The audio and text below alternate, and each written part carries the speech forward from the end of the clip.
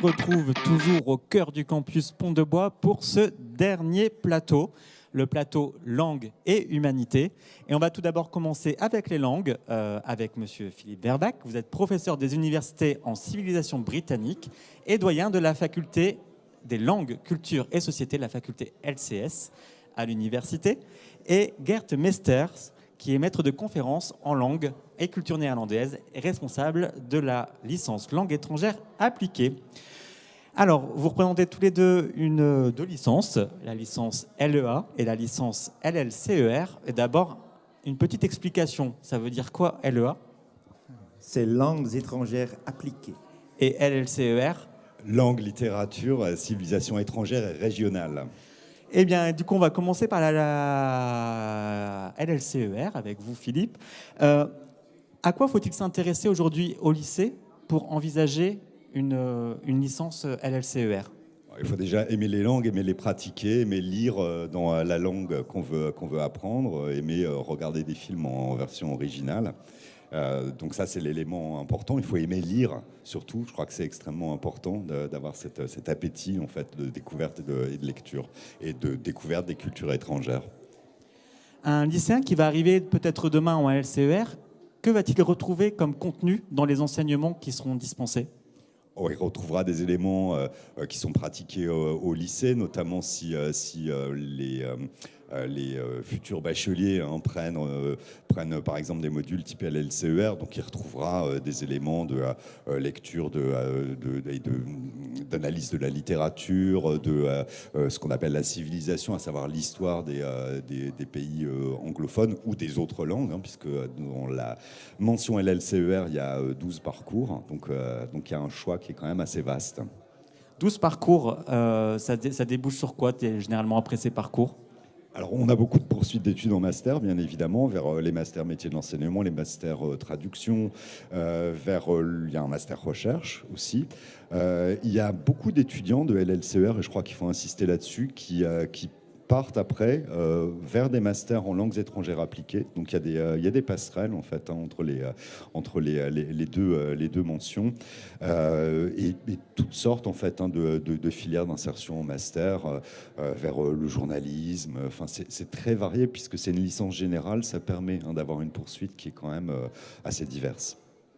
Alors selon vous, Philippe, quels sont un petit peu les atouts de la licence LLCER aujourd'hui? Ils sont nombreux, mais déjà ce qui est lié à la découverte et à l'approfondissement de la connaissance en fait, des sociétés étrangères, de leur littérature, de leur histoire, c'est aussi des licences qui donnent un très bon niveau dans la langue qui est visée. On est sur un niveau qui est à minima du C1 en sortie de licence, donc on arrive normalement avec un niveau très appréciable. C'est aussi la possibilité d'avoir des mobilités dès la 3e année de licence, voire très précocement 2e année de licence. C'est l'ouverture aussi vers ce qu'on appelle l'assistanat, une fois la licence validée, qui permet d'avoir une expérience professionnelle d'1 an ou 2 dans le domaine de l'enseignement, dans les pays anglophones, mais pas que. Il y a des assistanats, il y a de l'assistanat en Allemagne, en Espagne et dans bien d'autres pays. Donc ça, voilà, ça c'est un des atouts assez appréciables, la diversité des possibilités de poursuite et le caractère forcément international de cette filière. Merci beaucoup Philippe. Je vais me tourner un petit peu vers Gert. Gert, vous représentez la licence LEA, langue étrangère appliquée. Est-ce que vous pouvez nous présenter un petit peu la licence du coup, à votre tour? Oui, bien sûr. Donc la différence avec LLCER, c'est surtout qu'en LEA, c'est 2 langues sur le même pied, même nombre d'heures. L'anglais est obligatoire pour tout le monde parce que notre licence prépare à des boulots à l'international, du travail à l'international dans des organisations entreprises internationales, et donc l'anglais est évident, et puis une autre langue parmi 10 langues, on a le choix entre 10 langues et autant d'heures, donc 8 heures par semaine, et puis un 3e bloc qui est un bloc de droit, marketing, tout ce qui est nécessaire pour pouvoir fonctionner dans un contexte international, dans des entreprises internationales en ce moment. Donc, ce n'est pas vraiment pour devenir spécialiste d'économie ou de droit, mais c'est pour pouvoir parler avec ces gens-là, en fait. Et donc, ça, ce sont les 3 partie de notre formation en licence LEA. Est-ce qu'on peut rappeler le nombre de langues justement Oui, donc 10 langues. Ouais. Et il y a, parmi ces langues-là, il y a une langue où il faut déjà avoir commencé au lycée, c'est l'espagnol. Et les autres 9 langues, il y a notamment le chinois, le suédois, le portugais, le néerlandais, le russe, etc. Donc il y a un choix important de langues. Et toutes ces langues-là peuvent commencer au niveau grand débutant. D'accord, grand début, ça peut commencer Ouais. du coup à ce niveau-là. Ouais. Justement, on imagine bien que en tant que lycéenne ou lycéen, il faut s'intéresser aux langues aujourd'hui, et pas que, ou uniquement aux langues? En LEA, on demande quand même aussi un intérêt pour les matières d'application, comme on les appelle, c'est-à-dire si le droit, l'économie vous intéresse, tant mieux. L'histoire aussi, hein, il y a aussi des cours de civilisation chez nous, donc l'histoire des aires géographiques étudiées. Donc c'est pas seulement les langues, mais les langues, bien sûr, sont très importantes pour la formation. Quels sont aujourd'hui aussi, un petit peu comme pour la licence, LLCER, les atouts de la licence LEA? Les atouts, c'est surtout la pluridisciplinarité. On apprend beaucoup de choses, on parle beaucoup de langues, on sait un peu de beaucoup de choses et ça permet une grande flexibilité à l'entrée du marché du travail, en fait. Et, ouais. Oui, justement, on parle de l'entrée dans le marché du travail.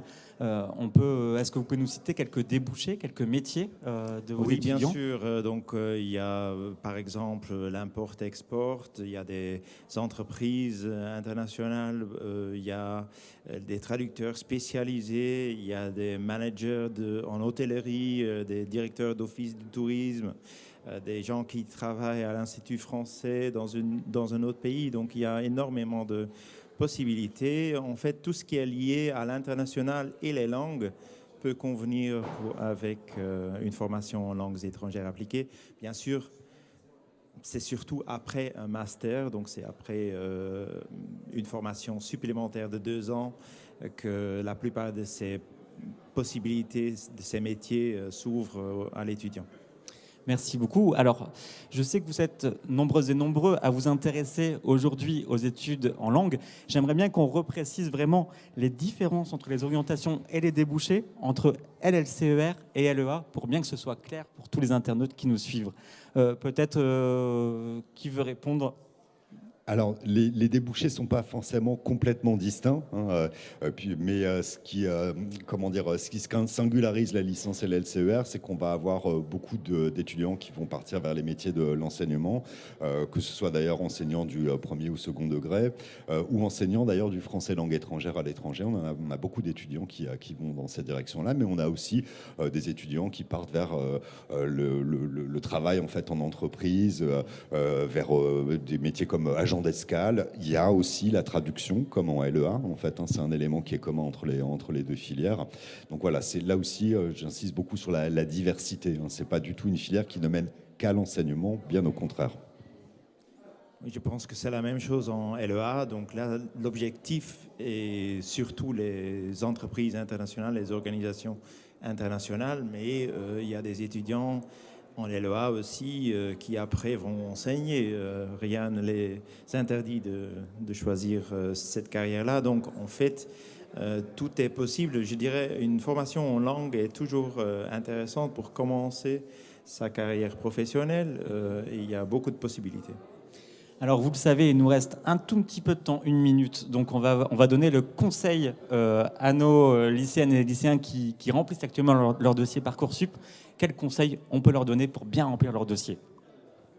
D'abord de se détendre par rapport à tout ça, hein, puisqu'on est dans des filières où on n'a pas de pression particulière. Hein, on accepte voilà, la plupart des candidats qui viennent chez nous, même si on a beaucoup de candidatures. Hein, pour le parcours en anglais, par exemple, on a 2500 candidatures. Alors tout d'un coup, ça fait vertigineux, hein, mais on appelle et on fait une proposition jusqu'au classé 2000, 2300. Donc là-dessus, il faut aussi que la pression retombe pour les étudiants. Et on n'a pas d'exigence particulière en fait par rapport aux choix qui sont opérés en première ou en terminale. Hein, donc là-dessus, comme les langues font partie du socle, ça permet aux étudiants qui se destinent à ce type de filière de pas trop stresser hein, sur leur choix ou en première ou en terminale. Merci. Peut-être Gert, un petit mot rapide. Non, très rapide parce que Philippe a dit l'essentiel, mais surtout ne vous souciez pas trop de la lettre de motivation. N'essayez pas d'écrire la lettre de motivation parfaite, mais soyez honnête. Ça, c'est... Soyez honnête, le bon mot de la fin. Eh bien, écoutez, merci beaucoup Philippe, merci Gert pour vos interventions. Je vais vous laisser rejoindre le public et on va accueillir désormais le plateau Humanité. Merci à vous. Merci beaucoup Gauthier. Merci. Alors le plateau Humanité, enfin le plateau, on nous rejoint actuellement. On va parler notamment de la licence de lettres modernes, de la licence de langue et culture antique, de la licence de philosophie et de sciences du langage. Tout le monde est là. Bonjour à vous toutes. Vous pouvez prendre les micros. Ils sont tous situés en face de vous. Et on va commencer par la licence de lettres modernes. Alors je vais d'abord toutes vous présenter.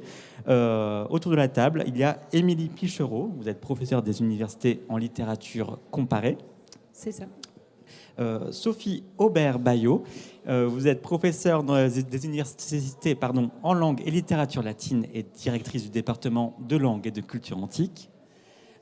Claire Louguet, maîtresse de conférences en philosophie et responsable de la licence de philosophie. Et enfin, Georgette Dalle, professeure des universités... Oh là, dis donc... Sciences du langage. Justement, voilà... Donc Georgette Dalle, je me reprends, professeure des universités en sciences du langage, responsable de la mention sciences du langage. Alors on va commencer par la licence de lettres modernes avec vous, Émilie, afin que vous puissiez nous présenter, que vous puissiez nous présenter la licence, ses débouchés et un petit peu aussi les attendus pour les lycéens qui voudraient la rejoindre aujourd'hui. D'accord. Alors la licence de lettres modernes s'occupe essentiellement de littérature. C'est les deux gros blocs d'enseignement autour de la littérature générale, c'est-à-dire littérature du monde traduite en français, puisqu'on les lit en traduction, les ouvrages, et puis la littérature française organisée par siècle. Mais il y a aussi des cours de langue, plus particulièrement sur le français, d'histoire de la langue, de comment le français a évolué depuis le latin, des cours de latin, des cours de langue vivante. Voilà, mais la préoccupation principale, c'est la littérature. Donc, ce qu'il faut aimer quand on est lycéen et qu'on va vers les licences de lettres modernes, c'est lire. Il faut aimer lire, aimer les livres, aimer écrire aussi, parce que c'est l'essentiel des exercices se passe là-dessus. Et pour le dire de façon très rapide, en licence de lettres modernes, on apprend à lire et à écrire. Voilà. Et on apprend à lire et à écrire. Ce que vous disiez, il y a aussi toute la partie histoire de la littérature et technique d'expression. Est-ce que vous pouvez nous en dire un petit peu plus ? Oui, bien sûr. Donc, l'histoire de la littérature française et mondiale, comment les formes ont évolué, comment le milieu de l'édition, qui a beaucoup évolué, a eu un impact sur les œuvres et sur leur diffusion. Et puis, on apprend effectivement à rédiger des exercices canoniques, le commentaire, la dissertation, mais d'une manière générale aussi à rédiger pour exprimer une idée, pour exprimer clairement une idée. D'accord. Et est-ce qu'il y a différents parcours dans la licence ou peut-être après la licence pour poursuivre ? Oui, alors il y a... il faut peut-être... Ah oui. Merci. Donc oui, il y a plusieurs parcours, ou peut-être on peut dire plusieurs colorations dès la L1. Il y a des groupes qui sont plus communication, des groupes qui vont plus se diriger vers l'enseignement du premier degré ou du second degré, et puis des groupes qui sont plus littéraires purs. Mais c'est des colorations qui permettent de regrouper les étudiants. C'est plutôt en master qu'il va y avoir une vraie spécialisation. D'accord. Est-ce qu'on peut citer quelques exemples de masters ensuite ? Bien sûr. Donc on a 5 masters. Le plus gros des étudiants va se diriger vers les masters de l'enseignement, master MEF. Et puis bien sûr professeur à des écoles. Mais il y a aussi un master d'édition numérique qui est assez technique sur la façon comment on édite les textes pour Internet. Et puis, il y a un master de littérature de jeunesse et un master de recherche en littérature, d'études littéraires. Donc, de très nombreux masters qui peuvent permettre de poursuivre ses études à l'université. Je ne sais pas s'il nous reste une slide en plus. Non, je crois que c'est tout. Hop. Non, c'était fini. C'était fini. Est-ce que vous avez un petit mot, un petit conseil à donner aux étudiantes et aux étudiants aux futurs étudiantes et étudiants qui remplissent leur dossier Parcoursup? Oui, alors là aussi, il ne faut pas se stresser parce que nous ne sommes pas des filières dites en tension, donc on accepte beaucoup de dossiers d'étudiants. Moi, ce que je vous conseille, c'est de lire. Et de lire maintenant et cet été et avant de venir, de lire des livres. Ok. Merci. Eh bien, un très bon conseil. Merci beaucoup, Émilie. Et on va passer du coup maintenant à la licence de langue et culture antique avec Sophie Aubert-Bayot. Donc, pareil, la même question. Est-ce que vous pouvez nous présenter un petit peu la licence? Bonjour. Alors, la licence de lettres classiques, c'est une licence qui s'occupe à la fois de latin, de grec et de littérature française.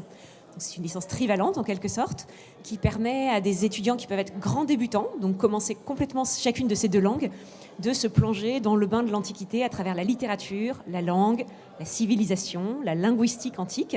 On fait aussi beaucoup de culture au sens très large, antique, des aperçus sur la mythologie, sur l'anthropologie. Et puis, à côté de ça, on a évidemment un pilier de littérature française très important qui permet d'étudier la réception en termes de langue, de culture, de littérature de toutes ces œuvres de l'Antiquité jusqu'à nos jours. Donc c'est une licence très complète. Une licence très complète, qui s'adresse à qui principalement? Alors, qui s'adresse à des littéraires, on est vraiment une mention de littéraires, qui s'adresse à des littéraires qui sont curieux, qui sont ouverts et qui cherchent à étudier le temps long. Donc qui sont passionnés de littérature française, mais qui ont envie de savoir d'où elle vient et éventuellement d'ailleurs où elle va, mais surtout d'où elle vient, donc sur le plan de la langue comme sur le plan de la civilisation et de la culture. Donc ce sont des étudiants qui parfois ont fait une langue ancienne au collège ou au lycée, parfois l'ont abandonnée, parfois n'en ont jamais fait. On a vraiment régulièrement des grands débutants dans ces deux langues. Et tout est fait en 3 ans pour leur permettre d'acquérir le niveau requis dans les deux langues de façon très stimulante. Donc, voilà. Alors, très concrètement, quel va être le contenu des enseignements au sein de la licence? Alors, on a donc des enseignements de langue, de littérature, d'abord sur texte traduit, puis de littérature en langue originale, en prose, en poésie, côté grec, côté latin, avec une évolution chronologique très vaste. Ça va des époques archaïques du 8e avant Jésus-Christ avec Homère jusqu'au 4e, 5e siècle après. Donc on couvre plus de 1000 années de littérature. On a à côté de ça donc des cours de civilisation grecque, de civilisation romaine. On a un certain nombre de cours de culture au sens très large, des cours de français. Donc vraiment... À côté de ça, on a naturellement des options qui sont disponibles, qui peuvent être prises dans notre département ou dans d'autres, la langue vivante étrangère toujours. Voilà, donc une licence assez roborative, mais très stimulante. Il y a différentes colorations, différents parcours au sein de la licence? Alors, on a 2 parcours. On a ce parcours de lettres classiques et on a un parcours un peu différent qui est le parcours HSI, Humanité et Sciences de l'information. Et celui-là comporte un pan culture antique avec 2 langues anciennes, dont surtout une est plus spécifiquement abordée par le biais d'une pédagogie innovante. On l'apprend de façon orale, le grec oralisé, le latin oralisé. Et à côté de ce pan antique de culture, d'anthropologie, de mythologie et de langue, on a un pan sciences de l'information et de la documentation, où il est question d'histoire de la presse, d'histoire du livre, de rédaction web, qui permet d'ouvrir vers des métiers de la culture au sens large, avec des passerelles possibles vers l'ESJ, l'École supérieure de journalisme, et qui permet donc d'acquérir une solide culture générale, de bonnes capacités rédactionnelles, et en même temps d'ouvrir vers des métiers très actuels de bibliothèque, de documentation, d'édition, de librairie, et éventuellement de journalisme par exemple. Écoutez, merci beaucoup, et on va peut-être se projeter un petit peu par la suite, imaginer quelles sont les différentes possibilités de poursuite d'études en master et quels sont les débouchés finalement de la licence. Alors, on a de très nombreux débouchés. On a le professorat naturellement avec le master MEF, premier degré, second degré, mais on a aussi le master recherche qui mène vers soit l'histoire ancienne, l'archéologie, la littérature antique, donc un master recherche métier de l'histoire, littérature et anthropologie des mondes antiques. On peut se destiner aussi vers de tout autre métier, donc des masters d'édition par exemple. On peut rejoindre les masters de lettres qui ont été évoqués à l'instant par Émilie Pichereau. Et voilà, donc cette palette très vaste permet à des étudiants de faire évidemment d'embrasser le métier de professeur, mais pas seulement. Donc avis à tous les amateurs de lettres, tout simplement la licence est faite pour vous en LCA. Merci Sophie. Encore une dernière petite question. Le petit conseil aux étudiantes et aux étudiants, alors je fais toujours l'erreur, mais aux lycéennes et lycéens qui remplissent actuellement leur dossier Parcoursup, quel conseil leur donner? Alors, le même que précédemment, ne pas s'affoler, rédiger honnêtement une lettre de motivation avec véritablement ce qu'on aime, ce qu'on a déjà vu, ce qu'on a fait, en quoi on est curieux des formations qui vont être offertes à l'université. Donc, se renseigner un peu sur les sites web, c'est toujours plus facile. Et puis surtout, aimer lire, être avoir envie de déployer sa curiosité sur un monde extrêmement vaste, extraordinairement varié, qui parle encore évidemment à la culture contemporaine comme le monde antique. Eh bien écoutez, merci beaucoup. Ça donne vraiment envie. Des fois, je me dis que j'aurais aimé faire tous ces parcours. Et il n'est pas encore trop tard. Il n'est jamais trop tard. Il n'est jamais trop tard. On va désormais, merci beaucoup. On va désormais passer aux sciences du langage. Comme je vois que le PowerPoint est prêt. Donc, Madame Georgette Dalle, vous êtes professeure des universités en sciences du langage. Et je vais vous laisser nous présenter la licence et pour quel type de profil est prévue cette licence. Alors, merci. Donc, tout d'abord, avant de présenter la licence en tant que telle, dire un peu ce que sont les sciences du langage. Les sciences du langage ne sont pas une discipline connue de la part des lycéennes et des lycéens, d'ailleurs du public en général. En fait, c'est vous faites quoi en sciences du langage?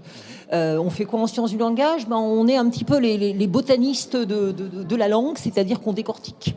On essaye de comprendre comment ça marche, comment se fait-il que ce que je suis en train de vous dire, peut-être me comprenez-vous ou pas, d'ailleurs, je ne sais pas, mais on essaye vraiment d'entrer dans le fonctionnement de la langue. Donc ça, c'est vraiment la vocation première des sciences du langage, c'est comprendre comment ça marche. Je conseille d'ailleurs, je profite de cette occasion pour conseiller une ressource qui a été déployée à l'Université de Lille et créée à l'Université de Lille il y a quelques années qui s'appelle Cité Langage. En faisant une requête sur Internet Cité Langage, on trouve immédiatement cette ressource qui présente un petit peu ce que sont les sciences du langage. Voilà. L'adresse apparaît normalement sur votre écran, sur le PowerPoint. En haut à droite, vous avez l'adresse de Cité Langage. Absolument. Donc ça, c'est un petit peu ce que sont les sciences du langage. Ce qu'on va y faire, ce qu'on va y trouver comme enseignement, ça va être des enseignements qui vont porter sur le fonctionnement de la langue, donc dans sa matérialité. On va travailler sur, je vais dire que plein de gros mots, mais quand vous viendrez en sciences du langage, vous comprendrez de quoi il s'agit. On va travailler en phonétique, phonologie, donc là, on va être sur la matérialité orale de la langue, donc comprendre comment ça fonctionne. On va travailler sur ce qu'on appelle la syntaxe, donc la structure des phrases. On va travailler sur la morphologie, donc là, on va travailler sur la structure des mots, on va travailler sur le discours, mais on va aussi travailler sur la langue dans la société, on va aussi travailler sur la langue et le processus psychologique sous-jacent, donc on sera plutôt en psycholinguistique dans ces cas-là. Voilà, donc la langue dans tous ses états, c'est un petit peu notre objectif et notre raison d'être, tout simplement. D'accord, et c'est vraiment une discipline dans laquelle on va aborder effectivement le langage un peu sous toutes ses formes. Est-ce que vous pouvez nous détailler un petit peu les différents parcours justement qui sont proposés? Alors, en première année, on a 2 parcours donc sous la mention sciences du langage. On a un premier parcours qui s'appelle linguistique générale et outillée. Et un deuxième parcours qui est le parcours langue des signes française. Donc ces 2 parcours à un tronc commun assez important, vont se différencier par quelques enseignements, en ceci qu'en linguistique générale et outillée, on va avoir des cours d'ouverture pris un peu partout, par exemple en lettres classiques, par exemple en lettres modernes, non pas par exemple en philo, je crois pas qu'on prenne rien chez toi, on devrait, voilà, mais aussi dans d'autres endroits. En revanche, dans le parcours langue des signes française, on aura des cours d'enseignement de la langue des signes, on aura des cours aussi de compréhension de la question sourde. Voilà. En 3e année, on aura un 3e parcours qui sera proposé, qui est le parcours français langue étrangère. D'accord. Voilà. Du coup, et par la suite, on va pouvoir poursuivre, j'imagine, c'est une formation qui est complète, on le dit, de la licence au doctorat. Quelles sont les possibilités de poursuite d'études ? Possibilité de poursuite, c'est d'enchaîner avec un master sciences du langage. On offre 5 parcours en master. On a un parcours qui est plutôt à orientation recherche. On a un parcours français langue étrangère qui fait suite au parcours de licence qui est proposé. On va avoir un parcours interprétariat langue des signes français où on forme des interprètes langue des signes français. Voilà. On va avoir un parcours aussi français au Royaume-Uni avec un partenariat que nous avons avec 5 universités au Royaume-Uni. Voilà, donc quelque chose qui est aussi tout à fait intéressant. Et je vais vous dire encore un gros mot qui s'appelle parcours LTETAC, donc lexicographie, terminographie et traitement automatique des corpus, où là on va plutôt travailler et mettre en place des compétences de linguiste informaticien. Et on va donc travailler sur de la lexicographie. On forme des personnes qui vont travailler sur qui vont faire des dictionnaires électroniques. Je le dis de façon très rapide en disant ça. D'accord, de toute façon, si vous voulez plus d'informations, j'imagine qu'on peut vous contacter via le site internet de la Faculté des Humanités. Ouais. Il doit y avoir votre adresse de contact à toute... J'ai évidemment oublié, j'ai honte, mais c'est pas grave, j'assume. Mon nom n'est pas écrit, donc vous ne saurez pas qui je suis. On a beaucoup de nos étudiants qui ont comme projet de devenir professeurs des écoles. Oui. Donc on a une option métier de l'enseignement à partir de la 2e année qui est proposée. Et c'est en fait un projet qu'ont les lycéennes et les lycéens lorsqu'on étudie les lettres de motivation sur Parcoursup. Et c'est un projet qui se concrétise pour les lauréats et les lauréates de la licence qui partent préparer un master MEF. Quand on maîtrise la langue, on maîtrise le monde, au moins. Mais en tout cas, on a en place des compétences qui sont tout à fait utiles quand on va être soi-même futur enseignant auprès d'enfants petits ou un peu plus grands. Ça fait une transition parfaite avec les débouchés de la licence. Est-ce que vous pouvez nous en dire 2 mots, s'il vous plaît ? Eh bien, par exemple, professeur des écoles, je viens de le dire. On va être aussi dans les métiers de la recherche. On va être sur de la recherche et développement. Après, évidemment, la poursuite en master. Donc, on va pouvoir être éventuellement dans des entreprises privées qui ont besoin de linguistes dans cette perspective R&D. Métier de la recherche, évidemment, si on poursuit encore un peu plus loin avec un doctorat, on va pouvoir être chercheur au CNRS. Les places sont chères, mais elles existent. On va pouvoir être enseignant-chercheur à l'université. Bien évidemment, mais on va être aussi dans l'ingénierie pédagogique, on va être formateur en français langue étrangère, par exemple, on va être lexicographe et plein d'autres choses. On va être évidemment interprète, je l'ai déjà dit tout à l'heure, en langue des signes français. Ok, merci beaucoup. Peut-être le dernier petit conseil, même si je sais que le temps file sur le remplissage du dossier Parcoursup, si vous en avez un petit conseil à donner. Alors, un petit conseil, ce sera le même que mes collègues. Soyez sincères, montrez que vous avez une appétence pour les langues. Nous, c'est vraiment le prérequis. C'est comment ça marche. C'est ça qui... Voilà. Et montrez que vous avez un projet derrière ces sciences du langage. Et soyez honnêtes et sincères dans vos lettres de motivation qui sont lues avec attention. Merci beaucoup, Madame Dalle, pour votre intervention. Et on va passer à la licence de philosophie avec Claire Louguet, maîtresse de conférences en philosophie et responsable de la licence du même nom. Alors, bonjour Claire, est-ce que vous pouvez nous présenter la licence de philosophie ? Alors, la licence de philosophie est une licence complète, une formation complète, disons, en philosophie, évidemment, qui comprend un certain nombre de champs. La philosophie générale, c'est ce qu'on fait au lycée. Donc philosophie sur thème. La différence avec le lycée, c'est qu'on étudie un seul thème sur un semestre. Donc on étudie 6 thèmes sur la licence. Il y a aussi l'histoire de la philosophie. Donc philosophie ancienne, philosophie médiévale, philosophie moderne, philosophie contemporaine.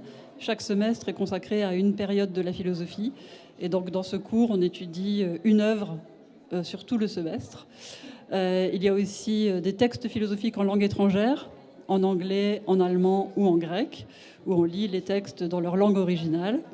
On peut apprendre à cette occasion le grec et l'allemand en grand débutant à l'occasion de ces cours. Il y a aussi des cours de langue vivante, des cours de méthode philosophique, d'expression écrite, et aussi des cours de spécialité de la philosophie qu'on retrouve à différents semestres. Philosophie de l'art, philosophie des sciences, logique, philosophie morale et politique, éthique, voilà, ce genre de choses qui sont réparties sur les 6 semestres. Sur les 6 semestres, du coup, parce qu'on parle de licence, mais vous accueillez quel type de profil aujourd'hui dans la licence ? J'imagine des profils qui déjà ont une appétence pour la philosophie. Oui, tout à fait. Donc des étudiants qui s'intéressent à la philosophie, qui ont fait un bac général, ça c'est vraiment important, un bac général, qui s'intéressent à la philosophie, qui peuvent avoir choisi la spécialité HLP, mais ce n'est pas obligatoire, et qui sont très curieux, très ouverts, qui s'intéressent à des sujets de société, à l'art, et qui aiment beaucoup lire.